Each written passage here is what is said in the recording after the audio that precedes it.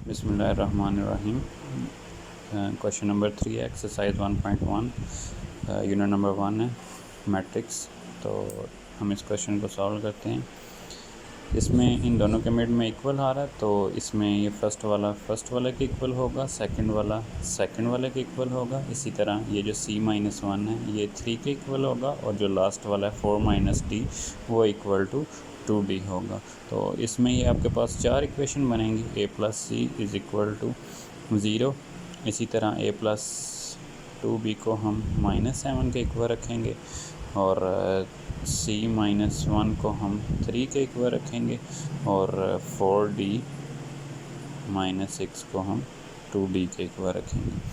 तो सबसे पहले हमने उस इक्वेशन को सॉल्व करना है जिसमें जस्ट एक ही वेरिएबल आ रहा है, ठीक है। तो इसमें c जस्ट एक ही वेरिएबल आ रहा है, तो सबसे पहले हम इस इक्वेशन को सॉल्व कर देते हैं। तो 1 इधर आकर क्या होगा, प्लस हो जाएगा, तो c = 4 आ जाएगा, ठीक है। अब c की वैल्यू आप इस इक्वेशन में पुट करें तो आपके पास a की वैल्यू आ जाएगी। तो c की वैल्यू 4 आई है, तो वो इधर हम पुट करते हैं, तो a की ये 4 इधर प्लस का इस साइड पे आके माइनस का हो जाएगा। जब भी इक्वल के दूसरी साइड पे वैल्यू जाती है तो उसका साइन जो होता है वो चेंज हो जाता है। अगर प्लस हो तो माइनस हो जाता है, और अगर माइनस हो तो फिर प्लस हो जाता है। इसी तरह a की वैल्यू आ गई, a की वैल्यू आई है -4, वो हम इधर पुट करेंगे।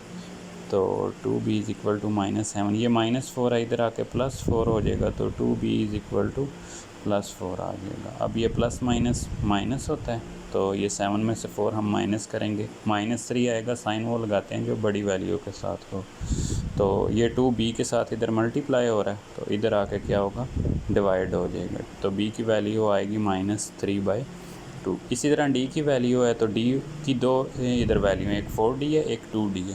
तो हम 4d और 2d को इकट्ठा कर लेते हैं, तो ये 2d इधर प्लस का, इधर आके क्या होगा, माइनस का हो जाएगा 2d। ये 6 इधर माइनस का, तो इस साइड पे आके प्लस का हो जाएगा। तो 4d में से 2d माइनस कर लें तो 2d आ जाएगा = 6। तो d = 2d के साथ मल्टीप्लाई हो रहा है, इधर आके डिवाइड हो जाएगा, तो d = 3 आ जाएगा। 2 × 1 = 2, 2 × 3 = 6। तो ये था आज का क्वेश्चन।